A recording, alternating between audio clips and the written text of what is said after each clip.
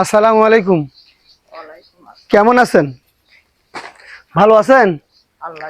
আপনার জন্য এই যে রোজা রমজানের জন্য বাজার নিয়ে এসেছি। চাউল বলে না আপনার সেদিকে যে করলেন এক পয়সা কার টাকা করে নিয়েছেন নাজির থেকে।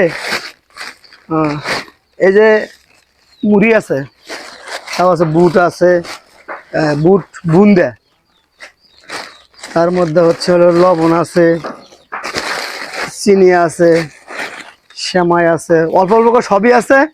মানে করতে পারবেন, বেশ পাক শাক করে খেতে পারবেন। চিকন চাউল আছে, তেল আছে, মশলা সবজি যা আছে ইত্যাদি বানিয়ে খেতে পারবেন, সমস্যা নেই।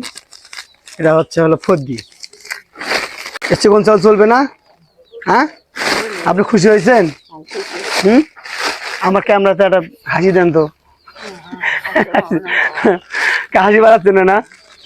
খুশি হয়েছেন তো? হ্যাঁ, খুশি হওয়াতে আমার কথা। আমার কিন্তু খুব খারাপ লাগছে সেদিনকে, ওই যে বললেন না যে আমাকে চাউল নেই, আমি চাউল হারাত করেছি 1 পোয়া না 1.5 পোয়া। শুনে আমার খারাপ লাগছে। 200 চাউল হারাত নিচ্ছে না, চক এখান থেকে কিছু দেন খায়েন। আর তো কম দামে কোনটা যাওয়ার দরকার নেই নাকি? তো ঠিক আছে, ভালো থাকেন প্রিয় দর্শক। আপনারা সকলে পাশে থাকবেন, আমি যেন এরকম অসহায় লোকের পাশে থাকতে পারি।